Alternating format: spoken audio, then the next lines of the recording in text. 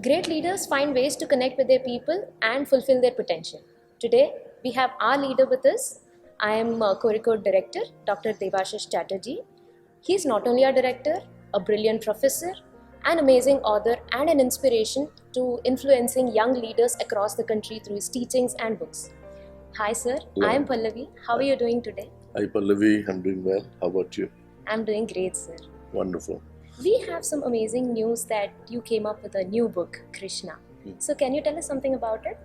Well, it's Krishna, the Seven Sense. It's actually a interweaving of three stories. One is life of Krishna, as you know, he's an iconic Indian god, but more importantly, he is an emblem of all that is creative, beautiful, glorious in our universe. And then there's the story of a maverick teacher. His name is Keshav, and his students, Neel, Kaya, Sardar, Swami, Eva. These are characters that flank the teacher, whose teaching is essentially based on his understanding of love. And we are talking about 7 shades of love, like the colors and the feathers of a peacock.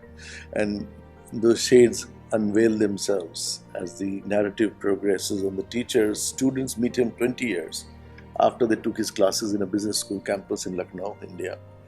And they come back and they reflect on their lives, and they reflect on what is missing there. And as the novel progresses, or the narrative progresses, they find solutions to their most persistent problems of life. And this is essentially a ringside view of what actually happened in the context of a business school, in the context of an ashram. And that's what one has put together. So the magic is essentially in the unpredictability of it all. The magic is in the twists and turns in the plot. The magic is in knowing that real life is more magical than a piece of fiction, right? And so that's how the book is written. That's a very interesting storyline, sir. Right. But we have some widely read non-fiction books of yours: Invincible, Arjuna, Karma Sutras, Timeless Leadership. Right. So, what inspired you to move into the fiction genre this time? You see, the fiction creates a space for imagination to play out, right? My day job is that of a director of an institution and that of a teacher. But my night job is when I write, and I can take my characters anywhere I want to take them. For a walk or for a ride, I can end their lives whenever I want them. So the beauty of it is that you can write the last sentence first in a book of fiction. In non-fiction, you can't write the last sentence first. It's not that easy. Basically, non-fiction is nothing but an assortment of information that's put together for giving you ideas as to go about in life, right? But the fact is, whatever we call non-fiction is also pieces of fiction, because you are essentially not reflecting life. You're writing on life, and you're using the same 26 letters of the alphabet in combination to produce an information structure, right? And the problem of non-fiction is largely that you can't say a lot of things because it has to be verifiable. It has to be evidence-based. Fiction has an ability to access deeper truths of life without having to verify it, because the verification happens right inside your heart. Verification is the truth of lived life. So if you ask me, did Krishna actually live as a person? Of course he lived as a person. Where is the proof? I have no proof, except for some historical evidences. But the real Krishna lives in our hearts and minds. Billions of people live by Krishna every morning. And so if he has heart share and mind share, he must be alive even today. As long as our heart is going to beat, as long as our mind is going to be illuminated, Krishna will live in us. As long as love lives. So this essentially, looking at love and its many nuances, not from the perspective of one protagonist, but it's a perspective which is timeless. So I've used the word seventh sense. When Krishna is long gone, he says, if you look for me, don't look for me in the 5 elements or 3 or 5 senses, because I'm not going to be there. Don't even look for me through your 6th sense, which is your mind, because by mentally juggling things, you will not find me. But if you look for me inside your heart, there I reside as your seventh sense. Now, what is the seventh sense? That's a mystery that the novel unveils. You have to read the book to be able to figure out what that seventh sense is all about. I'm right? pretty sure that will be. Why Krishna? Was he like an inspiration while you were growing up? I used to see an apparel for a fabric that says the complete man, right? And I said, who's a complete man? And you look at Krishna. This is the complete man, Purna Purush, right? Purna Purush means somebody who has completely lived his entirety of life in the fullness of whatever he did, whatever he touched, right? And so you can see him in many incarnations. You see him as a playful village kid. You see him as a killer of demons. You see him as a king. You see him as a lover. But most importantly, you also see him as a teacher in the battlefield of Kurukshetra. So here is a Krishna who's infused the mind of a teacher and says, look, you have to see the world from a perspective that is ancient and contemporary at the same time. Because love is not something that you can invent, right? It has been around. As long as human beings have been around, love has been around. But look at this through the eyes of the ancient, through the eyes of today's campus romance. So you often ask this question, why does love fade away? Romance blooms in campuses and fade away. What went wrong? Now, if you really want to figure out what went wrong, you really want to know what actually love really is, then you will have to go and figure and see that phenomena from the eyes of people who have lived that timelessly, right? And so the whole broad spectrum of love, like the seven shades of light, is unfurled. And so you see love not just as a romantic passion, not just as an obsession, not just as carnality or physicality, but as an entirety of an experience where you recognize that I was born of it because my parents gave birth to me out of that phenomena. And the thing I do tomorrow, the best that I strive for tomorrow, is because I love doing it. What is that love? Right? When I am about to finish my life, the only thing that remains in my heart is that, something I really love doing but could not do it. So we are all sensing that our lives are incomplete. All of us strive to do something because we find that we are incomplete as people. The urge to complete ourselves is what love is about. And so I want to fulfill myself. I want to get a good job and a nice partner or fame, adulation of masses. All this comes from a sense of incompletion. Underneath the sense of incompletion lies the secret of completion, and the book is talking about it. Amazing points on how you portrayed love with the help of Krishna. Right. So could you tell us more that is this book more focused on youth or like all age groups? See, very often publishers ask me, which shelf does your book go into? Fiction, non-fiction, romance, ancient Indian world, global work, whatever. I said, it fits into a bookshelf because any good book goes beyond categories. Can you tell me an 80-year-old can love any less than an 18-year-old?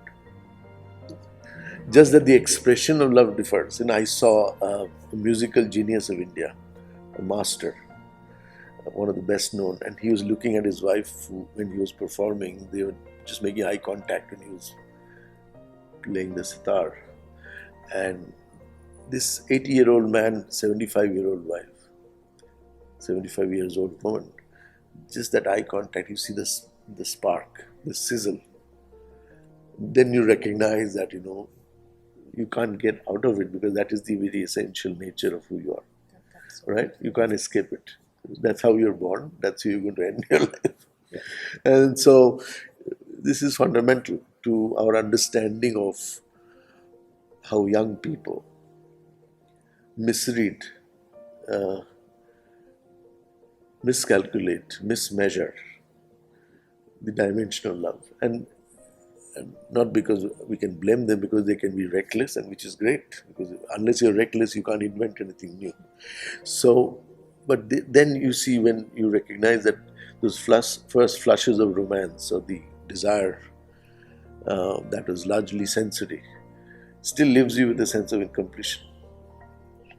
So you went there, you found, you lost yourself in that maze, and then you come back and you say, okay, let me reflect and see what went wrong. What went wrong is that you didn't have a great teacher like Krishna. So if somebody were to say Krishna is your teacher and you have a ringside view of the teacher, he's talking to you in love. It's just that it happens to be Krishna as well as a professor who has imbibed his, so as him as an inspiration. And the protagonist's name is Keshav, incidentally. He is a professor in a business school, and he teaches esoteric courses. He goes to an ashram because he's disillusioned with life there.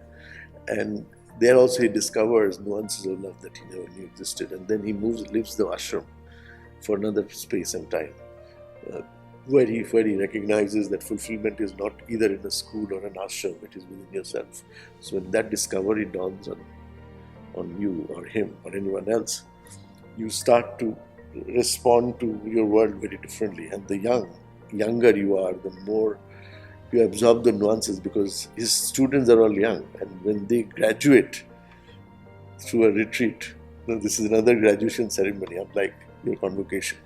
And this graduation process is that you evolve as a person, and you know exactly what went wrong, what could have been done better. So this is called a mid-course correction, right? And the book is able to do that, hopefully, for a bunch of young people. Okay. So, so you always speak about timeless leadership, Right. and I'm pretty sure like all young people will be watching this video. So if a person who is just joining an organization, how will this book help him? Well, any great work of literature leaves you with hope and a sense of possibility. So, I'm assuming when you read the book and you are part of the narrative, you become the protagonist, then you will know that what you call timeless, which is time invariant, does not change with time. Doesn't mean that it's boring and remains the same. Timeless doesn't mean boring phenomenon. Otherwise, it would not be timeless. People will abandon it. It's timeless because time cannot touch it. It's not a function of time. Suppose if I wanted to ask you, who would follow you? Because the moment you say I'm a leader, you have followers, right? So who would follow you beyond their immediate concerns about promotions, perks, pay, perquisites? In short, the relationships that we have are largely transactional. I'll follow you provided you can give me this, right? Now, who will follow you beyond those routine demands, routine appetites people have from their leaders? Who will follow you timelessly? Look at the icons of the world who have been followed much beyond their living time. Look at a Buddha, look at a Krishna, look at Gandhi. The fact is that they have been followed much longer after they're gone is because there's something about them that time could not steal, right? Love is one such thing. And so the point is that they were loved because they understood and lived it, right? They were loved. And so you could dislike me, you could like me, but love is beyond, transcends both likes and dislikes. When I read about Gandhi, I was not very enamored of Gandhi. I wouldn't dress like him, I wouldn't think like him. I said, why is Gandhi so popular? And all of a sudden, I was asked to teach this course on Gandhi and leadership at the Harvard Kennedy School. And I said, oh my God. And he said, this is 150 students wanting to learn from you about Gandhi and leadership. I said, I must study this. So overnight I poured through. And then I realized that the other side of truth was love. He was talking about Satya. He was talking about... Yes. But he says the truth, if you want to know what truth is, then the other side of the coin is love. So fundamentally he was talking about the same phenomenon. So, and not just talking about it. He was living it. He was living it.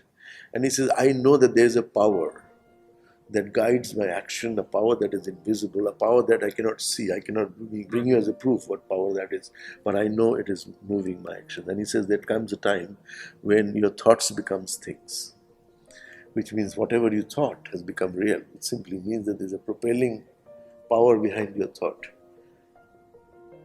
for it to materialize in reality. And in this book you'll find evidences of a person like that.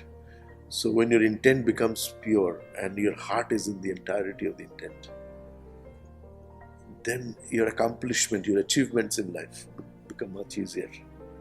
So a high jumper is asked a question, how can you jump so high in the Olympics, 7 feet, X number of inches, 6 inches. I can't even jump 6 inches. He says, the process is very simple. There is this bar and I have to cross the bar. I run towards it. First my heart goes over the bar and then the rest of the body follows. Which means, my entirety of my effort is put in my endeavor, and success is inevitable if you do that. And there was a great teacher of yoga who at the age of 98 could do a headstand, right?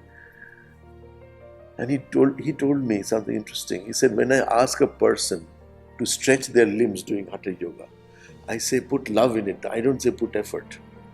So put more love in it. And you put more love in it, which means effort would be a natural.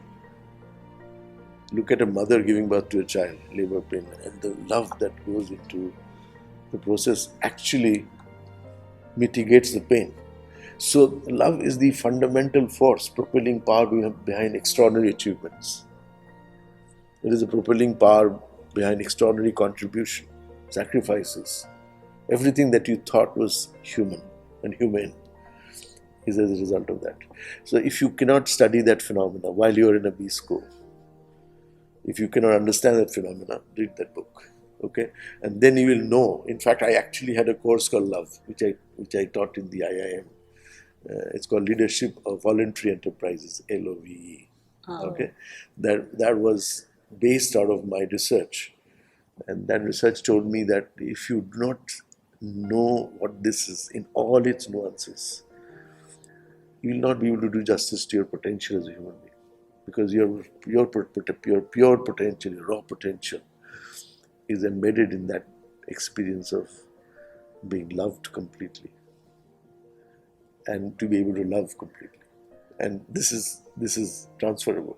So you're loved completely. You will so if you have a Labrador at home who's loved all the time, Labrador will lick your feet. He will not shout. He will not run and chase other dogs. It loses its competitive frenzy, but it also gains its. It is going to put mighty effort to make you happy, because it has been loved. And so once you recognize that,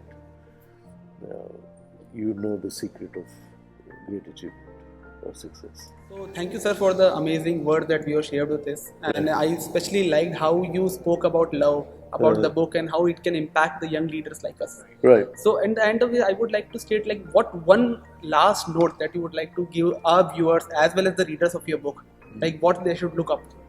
You see, the thing is that life will present you with challenges, with problems, with choices. And you have to be like Krishna. You have to be like the river, not rigid but resilient, flexible. And life will throw many challenges. So if you're like Krishna, see, look at the number of challenges he faces. And when we talk about the seventh sense, with your five senses, you cannot, you will be overwhelmed by those challenges. You'll be scared. But look at what he fought demons, he fought Kamsa. What did he not do? He fought the whole, he was a charioteer for Arjun. And so, what did he not do in a lifetime? What challenges did he not face? He lost his mother and father. He was brought up by his foster parents. He became king. He eloped with a woman. Mm-hmm. And I mean, if you look at the drama and the intensity of his life, you must know that the man did what he did is because he had the gift of flexibility. So he was like a river. He was Jalapurusha. Jalapurusha means somebody is like water. Something comes on its way, it knows how to navigate barriers, okay? And so be like the Jalapurusha. Be like, you follow your own nature. Follow your own bliss. Follow your own dharma. If you do that, if you know what my real nature is, 90% of the work is done. If you knew that you were meant to do this for a lifetime, you don't need to worry about careers and professions. Yeah, nobody has to tell Virat Kohli what he has to do. Right? Nobody tell Lata Mangeshkar what she has to do. They know and they found their calling. And so if you find your calling, this is my nature and this is how I'll express my nature. An apple tree is never confused. It will produce apples, not bananas. The confusion occurs only in our choosing mind, that whether I'll be this, I'll be that. This confusion. So the only way to get rid of this confusion is to go within, not go out there, and figure out what was I meant to do. What can I do for hours together without getting bored or tired? And then you'll realize that that's your calling. That's your sweet spot. And once you get there, you will be like Krishna. So you will do things effortlessly, like he did. And it will not take you too long to accomplish something, because anything that your nature is aligned with, the effort that you put in doesn't feel like effort, it feels like love. That's what the book is about, right? Hopefully, it will do you some good if you read Thank you it. so much, sir. Thank you so much. And for telling us about your book. Yeah. And overall, I think every one of us will appreciate your time, your valuable time for Sure. meeting us. Sure.